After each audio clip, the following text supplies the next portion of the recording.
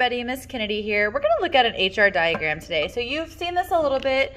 You might have been in class when we did a little activity with this, but we're just going to kind of get something down on paper, have some notes here. So the HR diagram, its actual name is Hertzsprung-Russell HR, and it's a chart that graphs a star's brightness and temperature. So I'm going to just highlight brightness and temperature. So this is what you can see on here. The temperature increases as you move toward the left side of the chart. Brightness increases as you move toward the top. And I'm going to do a little bit of underlining and highlighting just to kind of change it up. It says the category or type of star is generally included. Those categories are main sequence, supergiant, giant, and white dwarf. The color of stars can also be represented. So you might see this, you might not see it. There's blue, yellow, and red. And blue's the hottest, yellow's average, red's the coolest. So this is just kind of some basic background just to sum it all up. All right, so we're gonna look at these stars here. We are given some stars, and we're going to graph these. We're gonna put them where they belong on this HR diagram. But before we do that, we want to kind of write down some more information. So grab your pen. We're going to go ahead and just kind of label. If you noticed up at the top, it had under brightness, very dim, all the way to very bright. So we're going to kind of label our luminosity the same way, and then we're going to label our temperature the same way as well. So let's just start down here with my temperature. So if you notice on the left side going toward the origin, it's 40,000 degrees. Over on the right side, it's 2,500. So normally when you are looking at a graph, this x-axis, it's increasing as you move to the right. But what's special about the Hertzsprung-Russell diagram is that we start at the highest point. So 40,000, this is very hot. So at 40,000 degrees, that's very hot. And then at about 10,000 degrees, that's still hot. And then all the way down here at 2,500, we're going to call that cool. So we're going to call that cool. I guess you could call it 10,000 warm. I'm just going to call it hot. All right. And then let's go ahead. Let's look at our brightness. Luminosity is another word you might see. Luminosity. That means brightness. So this is kind of normal, whereas you see it increasing. But what's different here is you might see these little exponents, and we have 10 to the negative 4, 10 to the negative 2, 1, 10 squared, and so on. In class, we did an activity where we kind of arranged ourselves in an HR diagram. And one person was the sun. They were the lucky one who chose the sun as their star.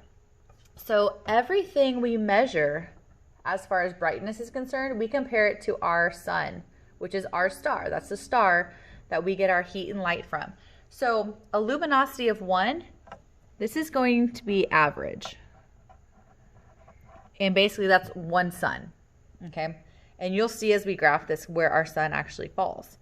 All right, so we have our average, and then I know I kind of went out of order, but I just wanted to show you that one. And then down here, we're going to call this very dim. So it's not very bright at all.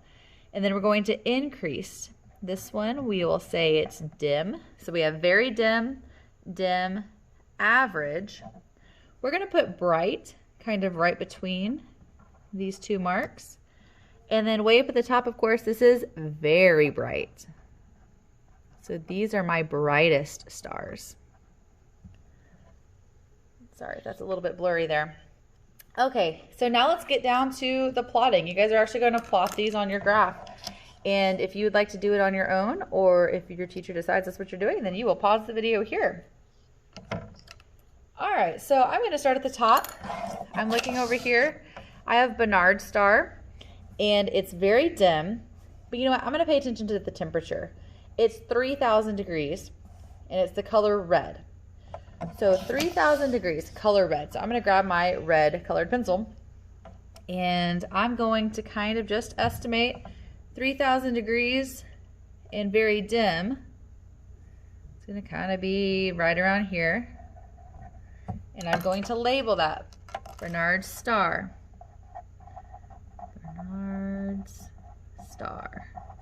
Of course, feel free to make this a lot more neat than mine. All right, and then we have Regal, which is very bright. So that's going to be up higher. And it's got a temperature of 20,000 degrees. And its color is blue-white. So it's kind of on the verge. So I'm going to make mine kind of a little lighter blue since it's blue-white. So 20,000 degrees. That's right here. 20,000 degrees. And it's very bright. So I'm going to put it right up here. I'm going to keep everything in these boxes or in these circles here. And this is called R-I-G-E-L. All right. My next star I have is my sun. We are all familiar with that. It's an average brightness, temperature of 5,500, and it's yellow. So I'm going to take my yellow. I need to go to my temperature. So my 20,000 is about right here. And it says it's average. Does it say 20,000? Why did I nope, wrong. 5,500. Whew, no one's in here to correct me. All right, and it's average. So my sun's going to be right about here. So my sun is a yellow average size star. So it's not very spectacular. All right, so it's an average brightness star. All right, and it's hot, but not super hot. All right, next up I've got Sirius B, which is dim, and it's 10,000 degrees. It's the color white. So I don't have, well, I do have white, but it would look kind of silly doing white on white paper. So I'm just going to outline it. So 10,000 degrees. Okay, so this is going to be hot. It's hotter than my sun, but it's dim. It's got a dim brightness. So it's going to end up down here. So this is my Sirius B. Sirius B. And if I look, remember that Regal was a blue-white star? It's kind of close to my white star, so I'm assuming maybe that's why it's considered a blue-white star. All right, and the next one we have is Mira. So Mira is a bright star. It's at a temperature of 3,000 degrees, and it's the color red. So I've got my red colored pencil, and I am going to put Mira on here. So Mira is bright, so it's going to be over in this section. And it has a temperature of about 3,000. So, kind of moving on over. We're going to put Mira right about here. Mira. This is Mira. All right, so I've plotted all of these stars, but there's one section of this table that I didn't include. So let's go back and look at this. These have categories. So let's go look back at Barnard's star. Barnard's is a main sequence star. And guess what else? Our sun is also a main sequence star. So I'm going to label this section main sequence. And there are many, many billions, trillions more stars. We just kind of graphed a few just to show you kind of how this HR diagram works, okay? All right, and then I have a supergiant category. So a supergiant category, that's up here. So my supergiants are going to include Regal here. Supergiants. I'm gonna keep it singular. Supergiant. Oh, no, keep it plural. Supergiants. So these are my supergiants, and they're all up top. Okay, and then my little Sirius B is a white dwarf. So that's down lower here. White dwarfs. Those are my white dwarfs. Okay, and then Mira was a giant star. So let's put giants over here. And so when we did the gallery walk, you guys saw the life cycle of a star. And you might or might not recognize any of this. Right away, the white dwarfs, I remember that was the end, not really the end, but the end of the beginning, end of an average size star's life cycle. So I'm going to pull this over here real quick So I have my white dwarf. So all of my stars start at the stellar nebula, but the average size stars, they end up as white dwarfs. So down here, my white dwarfs, this is eventually where my sun will go. Because remember, my sun's an average star. It's a main sequence star. So these are all my main sequence stars.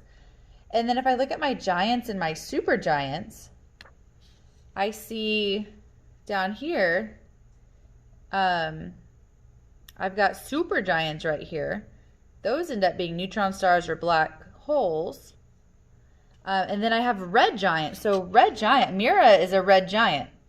So even though it has the word giant, it's different from these supergiants. These supergiants up here, they will eventually become neutron stars or black holes. But old Mira here, my giants, Mira is already at this phase. So here's Mira, and here's our sun. So isn't that interesting? This HR diagram can also show us a little bit about the life cycle of our stars. All right, well, I hope that clears up a little bit for you guys. You're going to keep this in your notebook as a resource. And go ahead, the other part of this assignment is the life cycle of a star. And go ahead, and this is what you're going to complete and fill out next. This looks a little different than your gallery walk did, but it's set up this way because it's a life cycle. So our keyword here is cycle, like a cycle continues, the life cycle, we are born and recycled back to the earth and things like that. We have our stellar nursery, or our stellar nebula, which is a nursery for stars, but everything eventually comes back to it unless it's a black hole. But everything, our matter comes back. Alrighty, you guys have a fabulous rest of your day. Thanks for watching.